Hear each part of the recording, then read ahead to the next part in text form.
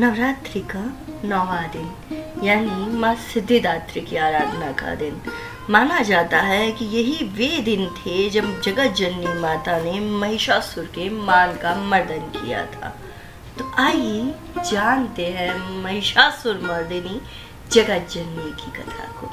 महिषासुर मर्दन की पूरी कथा देवी भागवत पुराण के 5वें स्कंध में दी गई है और ये कथा व्यास जी ने परीक्षित के पुत्र जन्मेजय को सुनाई थी। महिषासुर मर्दन की पूरी कथा कुछ इस प्रकार है।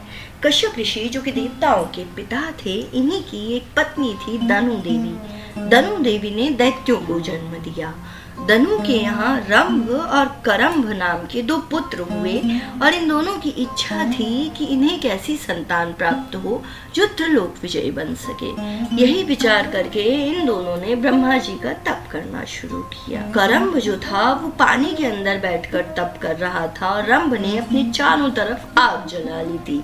लेकिन इनकी तपस्या को देखकर देवराज इंद्र को लगा कि दोनों कहीं स्वर्ग का राज्य न मांग ले और यही विचार करके देवराज इंद्र ने एक मगरमच्छ का रूप धरा और करम्भ पर पानी में आक्रमण करके उसको मार दिया। इस बात से रंभ को बहुत क्रोध आया और उसने अग्नि में ही खुद को स्वाहा करने की सोची। जब वो आत्महत्या करने का विचार करने लगा तो उसी समय अग्नि देवता प्रकट हुए और रंभ को कहा कि कुछ वर मांग लो। रंभ ने एक वर मांगा कि मुझे एक ऐसा पुत्र मिले जो तीनों लोकों में विजयी बन सके। उन्होंने यानी अग्नि देवता ने रंभ को ये वरदान भी दे दिया। इसके बाद रंभ ने विवाह किया एक महिषी से। रंभ और महिषी सुखपूर्वक जीवन यापन कर रहे थे। दोनों पाताल में रहते थे और वहीं पर एक युद्ध हुआ जिसमें रंभ की मृत्यु हो गई। रंभ की मृत्यु होने के बाद जब उसका अंतिम संस्कार होना शुरू हुआ, जैसे ही उसे चिता पर लिटाया गया तो वह महिषी यानी कि वह भैंसी भी चिता पर चढ़ गई। जैसे ही चिता को आग लगी तो रंभ के शरीर से रक्तबीज नाम का राक्षस और उस महिषी के शरीर से महिषासुर नाम का राक्षस उत्पन्न हुआ। महिषासुर बहुत ही विशाल था। वह एक विशाल भैंसे की तरह दिखाई दे रहा था। इसी वजह से सारे दैत्यों ने मिलकर उसे अपना राजा बना दिया। लेकिन महिषासुर का मन इतने से न भरा। उसने ब्रह्मा जी का तप किया ताकि उसे अमरत्व का वरदान मिल सके। हालांकि जब ब्रह्मा जी प्रकट हुए तो उन्होंने महिषासुर को कहा कि अमृतत्व मैं तुम्हें नहीं दे सकता, कुछ और मांग लो। इस दुष्ट महिषासुर ने ब्रह्मा जी को कहा कि मुझे ऐसा वरदान दे दे कि मेरी मृत्यु किसी पुरुष के हाथों ना हो, मुझे केवल और केवल कोई स्त्री ही मार सके। ब्रह्मा जी ने महिषासुर को वरदान दे दिया जो वो चाहता था। वरदान मिलते ही महिषासुर निष्कंटक हो गया। उसने पृथ्वी के सारे राजाओं को हरा दिया और यज्ञ करने वाले ब्राह्मणों को अपने अधीन करके यज्ञ का भाग वो ब्राह्मणों से लेने लगा, जिसकी वजह से देवता बहुत कमजोर हो गए। और फिर इस महिषासुर ने स्वर्ग पर आक्रमण कर दिया।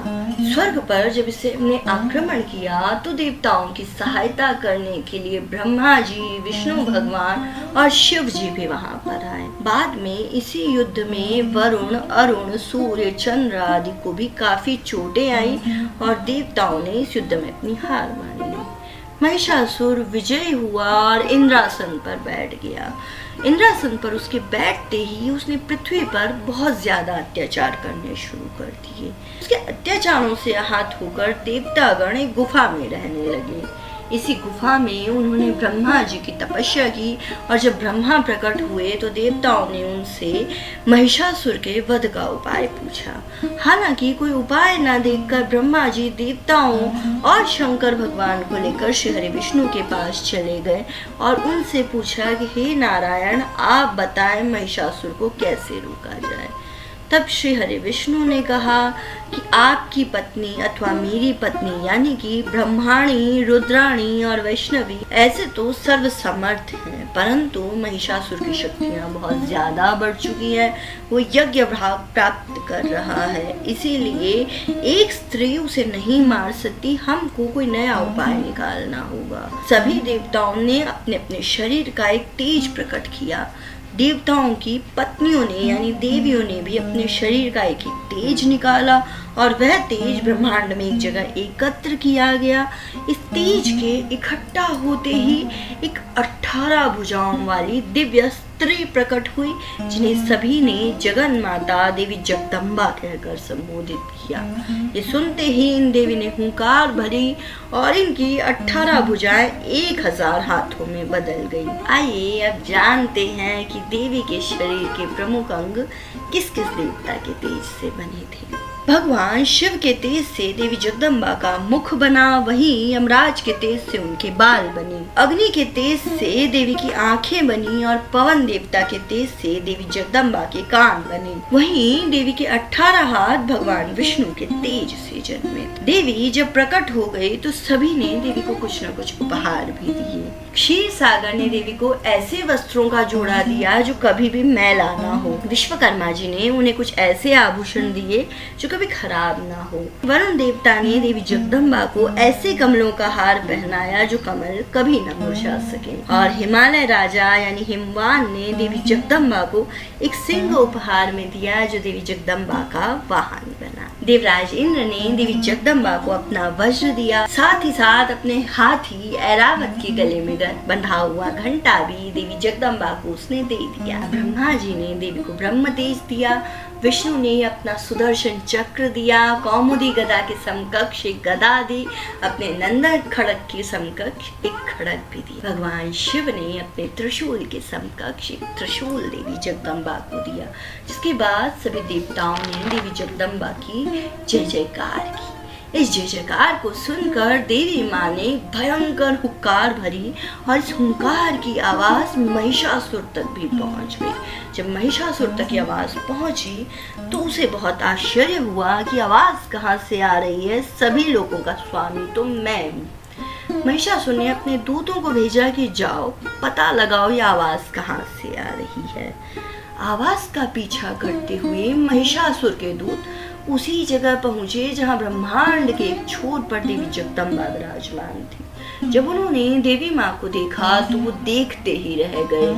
बहुत शांत सौम्य देवी माँ होकर भी वे रुद्रता की प्रतीक थी। देवी माँ के चेहरे पर एक अनोखी मुस्कान थी। उन्होंने तुरंत भाग कर जाकर महिषासुर को देवी जगदम्बा के सौंदर्य के बारे में बताया कि देवी माँ तो सभी अप्सराओं की खूबसूरती को मिलाकर जो खूबसूरती बनेगी उससे भी ज्यादा सुंदर है। ये सुनकर महिषासुर ने कहा कि जाओ उस स्त्री को पकड़ लाओ, मैं उसे अपनी पटरानी बनाऊंगा। ये आदेश महिषासुर ने सबसे पहले अपने मंत्री को दिया। कहा कि उस स्त्री को मेरा प्रेम प्रस्ताव सुनाओ।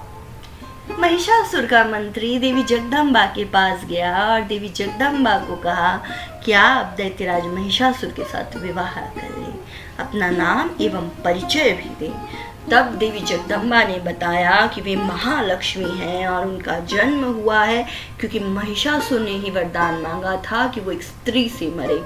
ये सुनकर मंत्री वापस लौट गया। उसने महिषासुर को सारी बात बताई। महिषासुर को बहुत क्रोध आया और उसने अपने सेनापति दुर्मुख को देवी जगदम्बा के पास भेजा।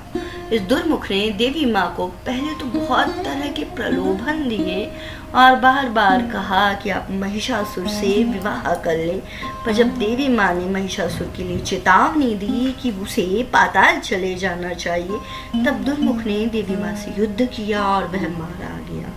ऐसे करते करते इस महिषासुर के कई सेनापति आते गए और देवी माँ उन्हें नर्क पहुंचाती चली गई। अचानक महिषासुर को विचार आया कि अगर वो देवी से विवाह करना चाहता है तो उसे महिष के स्थान पर एक सुंदर पुरुष के रूप में जाना चाहिए। ये विचार करके महिषासुर ने एक सुंदर पुरुष का वेश बनाया और वो देवी माँ के सामने पहुंचा। वहां जाकर उसने देवी जगदम्बा को विवाह का प्रस्ताव दिया, लेकिन देवी जगदम्बा ने उसे कहा कि मेरा जन्म ही तेरे नाश के लिए हुआ है। तूने स्त्री को कमजोर समझा है और मैं तुझे स्त्री शक्ति से अवगत कराने आई हूँ। मेरी चेतावनी है कि तू देवताओं को प्रताड़ित मत कर और तुरंत पाताल चला जा। लेकिन महिषासुर ने देवी पर ध्यान नहीं दिया और वो लगातार उन्हें विवाह के लिए कहने लगा। तब माता ने अपनी गदा उठाई और उस दुष्ट की छाती पर प्रहार किया। प्रहार होते ही महिषासुर ने अपना सबसे भयानक और असली चेहरा सामने लाया। उसने महिष का यानी भैंसे का रूप धर लिया। उसका शरीर बहुत विशाल हो गया। अपने सींगों से वो पहाड़ उखाड़ने लगा। सींगों से और पूंछ में पहाड़ों को लपेटकर वो देवी जगदम्बा की ओर फेंकने लगा। खुरों से जमीन पर खुरच कर वो बड़े बड़े पत्थर निकालने लगा और देवी जगदम्बा पर आघात करने लगा। इससे देवी को बहुत क्रोध आया। देवी माँ ने अपना त्रिशूल उठाया और दुष्ट महिषासुर की छाती पर एक प्रहार किया। हालांकि देवी का प्रहार लगते ही महिषासुर जमीन पर गिरा, लेकिन वहां पड़े पड़े ही उसने देवी की ओर अपना भाला फेंका, जिससे देवी को बहुत क्रोध आया और उन्होंने अपने चक्र से महिषासुर पर प्रहार किया। इस चक्र से महिषासुर की गर्दन कट गई। उस घमंडी का सर धरती पर लौटने लगा। महिषासुर के मरते ही राक्षस और दैत्य वहां से भाग खड़े हुए। सारे देवता प्रकट हुए और उन्होंने देवी महिषासुर मर्दिनी की जय जयकार की। देवताओं ने जब देवी महिषासुर मर्दिनी की स्तुति की तो उसके बाद देवी माँ अपने मणिद्वीप चली गई। कहा जाता है कि मणिद्वीप एक ऐसा स्थान है जहाँ पर सिर्फ देवियां ही वास कर सकती है। ब्रह्मा, विष्णु और महेश को भी अगर मणिद्वीप पर आना है तो उन्हें भी स्त्रियां बनना पड़ता है। ये जो मणिद्वीप है ये कुछ थेमेसिरा अमेज़न जैसा है, जहाँ पर सारी की सारी वीरांगना ही वास करती है। ये जो थेमेसिरा है ये दरअसल एक ग्रीक माइथोलॉजी है और इसे भी एक द्वीप माना जाता है जहाँ सिर्फ और सिर्फ देवियों का वास है। माता जगदम्बा भी इसी मणिद्वीप में वास करती है जहाँ देवी वाराही उनकी सेनापति है। तो कुछ ये है देवी जगदम्बा की अनोखी लीला। पवित्र नवरात्र चल रहे हैं, माता हम सभी के बीच में विराजमान है। अगली कड़ी में हम फिर लौटते हैं आशिता उवाच आवर हिस्ट्री नॉट माइथोलॉजी पर और लेकर आते हैं देवी से जुड़ी अगली दिव्य कथा। तब तक के लिए आप हमारे साथ जुड़े रहिए। जुड़े रहने के लिए इस वीडियो को लाइक कीजिए, साथ ही इसे ज़्यादा से ज़्यादा शेयर कीजिए। चैनल को सब्सक्राइब कर लीजिए और बेल आइकन दबाना मत भूलिएगा ताकि कोई नए वीडियो की अपडेट आपसे मिस ना हो जाए। जल्द लौटते हैं, तब तक के लिए नमस्कार।